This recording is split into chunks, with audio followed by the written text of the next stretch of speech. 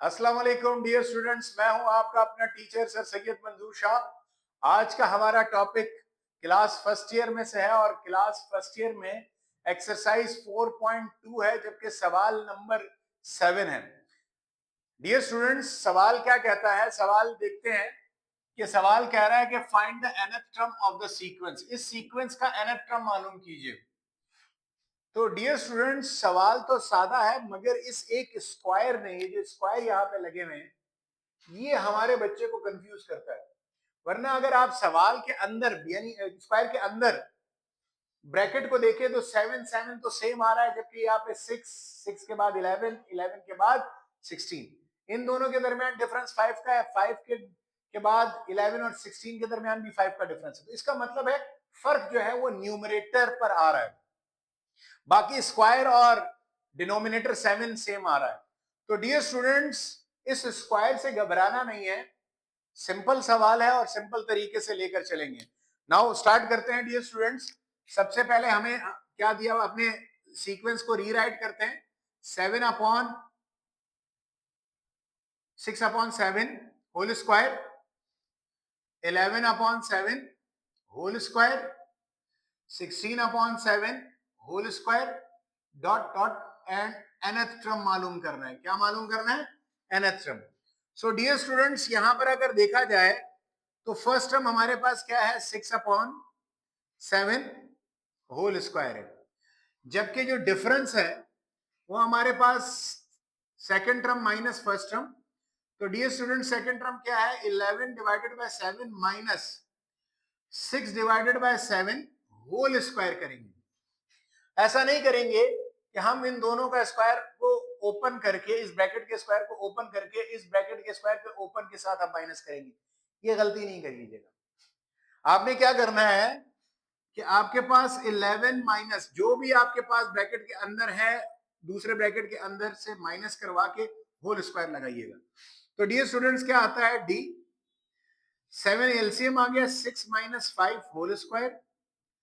तो dear students, हमारे पास 5 divided by 7 whole square क्या है? हमारे पास डिफरेंस है, जबकि n मेरे पास क्या है? n हमें मालूम नहीं है, ठीक है, और n को हम n ही रख देते हैं। ठीक। नाउ डियर स्टूडेंट, हमारे पास फॉर्मूला क्या बनेगा nth टर्म का? a plus a n-1 into D आ जाएगा। चूंकि ये स्पेशल केस है स्क्वायर वाला, तो हम क्या करेंगे, यहां पर हम अपना स्क्वायर ले लेंगे जनरल फॉर्मूले पर। ठीक। और a हमारे पास क्या आ जाएगा? इस फॉर्मूले के बनाने के बाद a हमारे पास क्या आ जाएगा? 6/7 आ जाएगा। और यही चीज आप क्या कीजिएगा नाउ, a मेरे पास क्या है? 6/7 प्लस n-1 इंटू डी हमारे पास क्या है डियर स्टूडेंट्स? 5/7। और ये हमारे पास क्या आ जाएगा? 6, सॉरी होल स्क्वायर आ जाएगा। अब आप क्या कीजिए, इस स्क्वायर को भी खत्म कीजिए डिफरेंस से, ठीक है, क्योंकि हमने होल स्क्वायर जब लगा दिया तो अब रूल चेंज हो गया। हमने nth जो हमारे पास अर्थमेटिक प्रोग्रेशन का फॉर्मूला है nth टर्म का, उसके ऊपर हमने क्या लगा दिया? Whole square. तो फिर हमारे पास जो डिफरेंस के जो पहले मैंने डिफरेंस के ऊपर स्क्वायर लगाए थे, उसको मैंने खत्म करवा दिए। सो नाउ डियर स्टूडेंट्स, अब हम क्या करते हैं, यहां पे लिखते हैं an 6/7 plus 5 divided by 7 n से मल्टीप्लाई हो गया तो क्या बन गया? 5n divided by 7 minus 5 divided by 7 1 से मल्टीप्लाई हो गया तो 5 डिवाइडेड बाय 7 और होल स्क्वायर आ गया। नाउ डियर स्टूडेंट्स, हमने क्या किया? कांस्टेंट इन दोनों को 6 divided by 7 minus 5 divided by 7 plus 5n divided by 7 whole square आ जाएगा। नाउ डियर स्टूडेंट्स, हमारे पास क्या है? एलसीएम आएगा 7 और यहां पे क्या आएगा? 6 minus 5 plus 5n। So now dear students, क्या आ जाएगा 1 + 5n divided by 7 whole square. So dear students, ये हमारे पास क्या आ जाएगा, nth term 1 + 5n divided by 7 whole square. ये हमारे पास क्या है, nth टर्म है। अगर हमें कोई थोड़ी सी वेरिफिकेशन करनी हो तो हम अप्लाई कर सकते हैं। अगर मैं वेरिफिकेशन अप्लाई करना चाहूं, सेकंड टर्म को चेक करना चाह रहा हूं, सेकंड टर्म हमारे पास 11/7 आया है होल स्क्वायर। अब आप n की जगह सेकंड n की जगह 2 पुट कर दें, 5 2 10, 10 + 1 क्या आ जाएगा 11 डिवाइडेड बाय 7 होल स्क्वायर। तो इसका मतलब वेरीफाई हो गया। इसी तरह जो आपके पास अवेलेबल टर्म्स है उसके ऊपर आप चेक कर सकते हैं वेरीफाई के। जब आपका nth टर्म आ जाए तो आप उसको वेरिफिकेशन के लिए फर्स्ट सेकंड टर्म जो आपके पास अवेलेबल है वहां पर आप चेक कर सकते हैं। उम्मीद करता हूं कि ये सवाल आपको बहुत बेहतरीन तौर पर समझ में आ गया होगा। अब अगले सवाल पर चलते हैं, क्वेश्चन नंबर 8 पर। नाउ डियर स्टूडेंट्स, अब चलते हैं क्वेश्चन नंबर 8 पर। क्वेश्चन नंबर 8 क्या कहता है, कहता है कि if a b c are lth mth and nth terms of an AP show that, कहता है कि अगर ए जो है हमारे पास lth टर्म हो, बी हमारे पास mth टर्म हो, जबकि सी हमारे पास क्या हो nth टर्म हो, तो मुझे एक अरिथमेटिक प्रोग्रेशन के तो साबित कर दिखाओ कि ये जो एक्सप्रेशन है वो 0 के बराबर है। नाउ डियर स्टूडेंट्स, हम अपने सवाल को लेकर चलते हैं।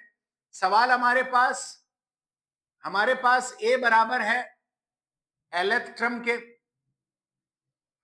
जबकि हमारे पास बी बराबर है mth टर्म के, और इसी तरह सी बराबर है nth टर्म के।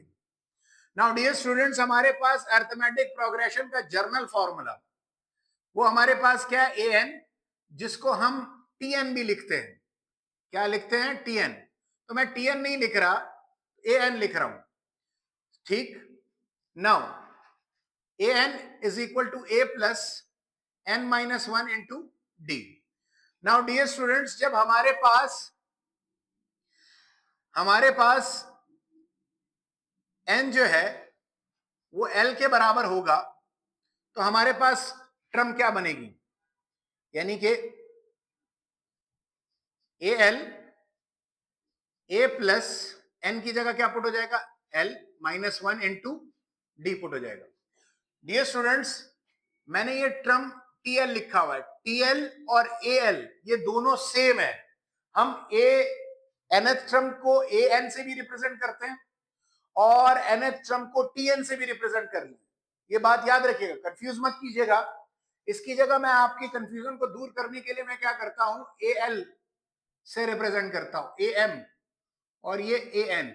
ठीक, अब n की जगह, यानी n की जगह हमारे पास l है तो l पुट हो गया और l। ठीक, now dear students, lth term किसके बराबर है, lth टर्म बराबर है a के। So a plus l minus 1 into d. इस a और इस a को डिफरेंस करने के लिए हम लोग क्या करते हैं, इसको बार लगा देते हैं। क्या लगा देते हैं, बार लगा देते हैं। ठीक, नाउ डियर स्टूडेंट्स, ये बार आ गया। अब हमारे पास टर्म में n जो है वो क्या है, mn। अब n किसके बराबर है, m के। सो डियर स्टूडेंट्स, इस फॉर्मूले में पुट कीजिए तो am is equal to a bar plus n की जगह क्या है हमारे पास, m माइनस 1 इंटू डी आ जाएगा। mth टर्म किसके बराबर है डियर स्टूडेंट्स, b के बराबर है, तो is equal to a bar M D minus D आ जाएगा। नाउ डियर स्टूडेंट्स, इसके बाद nth टर्म c के बराबर है, तो n किसके, अब n को हम क्या लेंगे, n ही लेंगे। n किसके बराबर आ जाएगा, n लेंगे। तो इस फॉर्मूले में पुट कीजिए, इस फॉर्मूले में जो जर्नल फॉर्म है, n की जगह n आ जाएगा, a बार आ जाएगा प्लस n की जगह n minus 1 into d. Now dear students, nth term किसके बराबर है, nth टर्म हमारे पास c के बराबर है। इसकी जगह मैंने क्या लिख दिया डियर स्टूडेंट्स, c लिख दिया, फिर a bar plus n into D minus D आ जाएगा। नाउ डियर स्टूडेंट्स, हमारे पास क्या है, a की वैल्यू बी की वैल्यू और इसी तरह सी की वैल्यू जनरेट हो चुकी है। जो हमारे पास एक्सप्रेशन है, ए की जगह आपने क्या किया, ए की वैल्यू ये रही, ठीक। इस ए की जगह इस ए की वैल्यू पुट कर दीजिए, जो कि ए बार प्लस एल और डी मल्टीप्लाई हो गया तो क्या बन गया, एल डी। डी वन से मल्टीप्लाई हो गया तो क्या बन गया, माइनस डी, ठीक। और साथ में क्या आ जाएगा, m माइनस एन प्लस। उसके बाद डियर स्टूडेंट्स b की वैल्यू, डियर स्टूडेंट्स b की वैल्यू को मैंने रेड से जाहिर किया, ये रहा। इस b की जगह आप क्या करेंगे, b की वैल्यू पुट कर दे, जो कि मैं रेड से लिख रहा हूं dear students, a bar plus M D minus d into क्या है, n माइनस एल प्लस। उसके बाद डियर स्टूडेंट्स c है, तो डियर स्टूडेंट्स c को मैं ग्रीन मार्कर से जाहिर कर रहा हूं, ये वैल्यू नहीं है, ये सी की वैल्यू क्या है, A bar plus N into D minus D. तो यहां में पुट कर दिया A bar N into D minus D, और यहां पर ब्रैकेट सी की वैल्यू पुट कर दी। उसके बाद क्या पुट करेंगे, l minus m is equal to 0। Now dear students, अब हम क्या करेंगे, मल्टीप्लीकेशन करेंगे। ए बार को m से और माइनस एन से मल्टीप्लाई करें तो ए बार m माइनस ए बार एन जनरेट हो जाएगा। फिर एल डी को m से मल्टीप्लाई करेंगे तो एल एम डी जनरेट हो जाएगा, और एल डी को माइनस एन से मल्टीप्लाई करें तो minus L N d generate हो जाएगा। इसी तरह डियर स्टूडेंट्स माइनस डी को m से मल्टीप्लाई कीजिए तो माइनस डी एम जनरेट हो जाएगा, minus multiply minus plus d into N, तो डी एन जनरेट हो जाएगा। इन दोनों की मल्टीप्लीकेशन, दोनों ब्रैकेट्स की मल्टीप्लीकेशन को मैंने किससे जाहिर किया, ग्रीन ब्लू मार्कर से। अब हम इन दोनों की मल्टीप्लीकेशन को रेड मार्कर से जाहिर करते हैं। ए बार एन से मल्टीप्लाई हो गया तो ए बार एन आ गया, ए बार माइनस एल से मल्टीप्लाई हो गया तो ए बार एल माइनस ए बार एल आ गया। इसी तरह एम डी एन से मल्टीप्लाई हो गया तो ये क्या आ जाएगा, प्लस एम एन डी आ जाएगा। इसी तरह एम डी एल से मल्टीप्लाई हो जाएगा तो माइनस एल एम डी आ जाएगा। इसी तरह dear students minus d n से मल्टीप्लाई हो जाएगा तो माइनस एन डी आ जाएगा। और इसी तरह dear students minus D minus से माइनस मल्टीप्लाई माइनस प्लस आ जाएगा, और डी और एल मल्टीप्लाई होके एल डी आ जाएंगे। सो डियर स्टूडेंट्स इन दो रेड ब्रैकेट से लिखे हुए को जब मल्टीप्लाई किया तो ये हमारे पास सिचुएशन बन गई।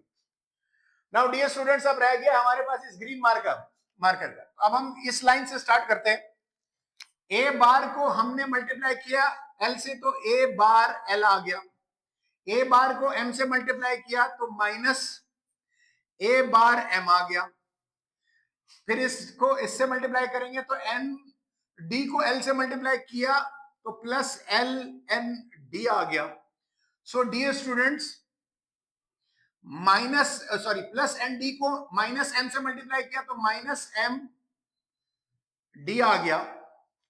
और इसी तरह डियर स्टूडेंट्स इसके बाद माइनस डी को एल से मल्टीप्लाई किया तो माइनस एल डी आ गया, minus multiply by minus plus आ गया, डी को एम से मल्टीप्लाई किया तो एम डी आ गया इज इक्वल टू देन 0 आ गया। नाउ डियर स्टूडेंट्स हमने क्या किया, इन सबकी मल्टीप्लिकेशन की, सबकी क्या की, मल्टीप्लिकेशन की। अब मल्टीप्लिकेशन में क्या है कि हमारे पास टर्म्स पूरी आई है, तो इसको देखने के लिए जो आसान तरीका है, जो शॉर्ट ट्रिक है, यहां पर कितनी टर्म्स है, 1 2 3, और यहां पे कितनी टर्म्स है, 2 टर्म्स, 3 2 6, 1 2 3 4 5 6 टर्म्स ये आ गई। अगेन यहाँ पे कितनी टर्म्स है, 3, यहाँ पे कितनी टर्म्स है, 2, तो 3 2 6, 1 2 3 4 5 6, ये भी सही आ रही है। अगेन 3 टर्म्स है, यहाँ पे कितनी टर्म्स है, 2, तो 3 2 6, अगेन 1 2 3 4 5 6 टर्म, 6 6 6 12 और 6 12, 6 18 18 टर्म्स होनी चाहिए। ये उन सवालों में अमूमन हम लोग इस तरह की जो हमारे पास ट्रिक्स होती है कि हमारी कोई टर्म रह ना जाए, क्योंकि एक टर्म भी रह गई तो आपका सवाल प्रूव नहीं होगा। नाउ डियर स्टूडेंट्स, अब हम क्या करेंगे, हम कैंसिल आउट करेंगे। हमारे पास यहां पर ए बार एम प्लस का है, जबकि अगर हम देखें यहां पर ये माइनस का है, तो यहां पे लिखते नहीं है बल्कि यहीं से कैंसिल आउट करते हैं। हमारे पास ये और ये, ठीक, ए बार एम प्लस माइनस ए बार एम दोनों कैंसिल हो गए, मैंने ब्लैक से कैंसिल किया। उसके बाद रेड से करते हैं, ए बार minus A bar N plus A bar N, ये दोनों आपके पास कैंसिल हो गए। उसके बाद डियर स्टूडेंट्स ब्लू से वो करते हैं एल एम डी, और ये प्लस का है और ये minus L M D minus, दोनों कैंसिल। उसके बाद हम ग्रीन से आप जाते हैं माइनस एल एन डी और यहां पर प्लस एल एन डी, ये दोनों ऊपर नीचे कैंसिल हो गए। उसके बाद अगेन फिर से ब्लैक से स्टार्ट करते हैं, तो माइनस डी एम या फिर minus d m plus M d, ये दोनों सेम है, तो हम इसको क्या लिख लेते हैं, माइनस एम डी लिख लेते हैं। मल्टीप्लीकेशन कम्यूटेटिव है, कम्यूटेटिव का मतलब यह है कि जगह की चेंज करने से सवाल के आंसर पर कोई फर्क नहीं पड़ता, यानी 2 मल्टीप्लाई बाय 3 का आंसर भी 6 आता है और 3 मल्टीप्लाई बाय 2 का आंसर भी 6 आता है। सो डियर स्टूडेंट्स, अब हमारे पास minus M D plus M D cancel, ठीक। उसके बाद हमारे पास रेड से कट होती होगी डी एन, हमारे पास एन डी से कैंसिल हो जाएगा, डी एन एन डी से कैंसिल हो जाएगा। नाउ डियर स्टूडेंट्स, उसके बाद माइनस ए बार एल प्लस ए बार एल से कैंसिल हो जाएगा, ठीक। उसके बाद डियर स्टूडेंट्स हमारे पास एम एन डी प्लस में, एम एन डी प्लस में, और यहां पर एम एन डी कहीं हमें नजर नहीं आ रहा। अगर हमने एन डी को एल से मल्टीप्लाई किया तो हमारे पास एल एन डी आ गया, और एन डी को एम से मल्टीप्लाई किया तो यहां पर क्या आएगा, एम एन। तो डियर स्टूडेंट्स ये और ये हमारे पास कैंसिल हो जाएंगे।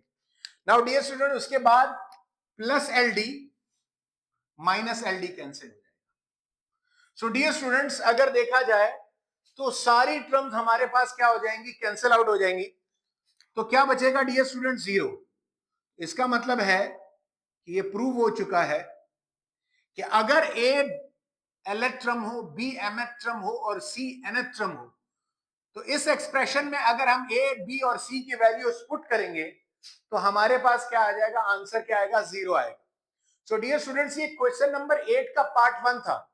अब हम इसका पार्ट 2 करते हैं और उसको भी प्रूफ करते हैं dear students. Now dear students, उसी क्वेश्चन नंबर 8 का पार्ट बी है।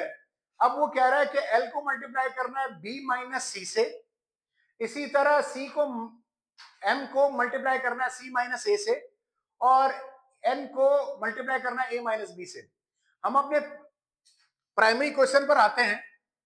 एक एनथ टर्म है बी, एमथ टर्म है सी, एनथ टर्म है। इसी सवाल के पार्ट 1 में हमने क्या किया था कि जब हमने nth टर्म मालूम किया तो ए बार, हमारे पास ओरिजिनल फॉर्मूला क्या है, nth टर्म ए बार हम n माइनस 1 इंटू डी कर लेते हैं। ये हमारे पास समझे कि अर्थमेटिक प्रोग्रेशन का वो है, फॉर्मूला है। अब हमारे पास ए जो है वो एलथ टर्म के बराबर है, यानी एल एल ए एल के।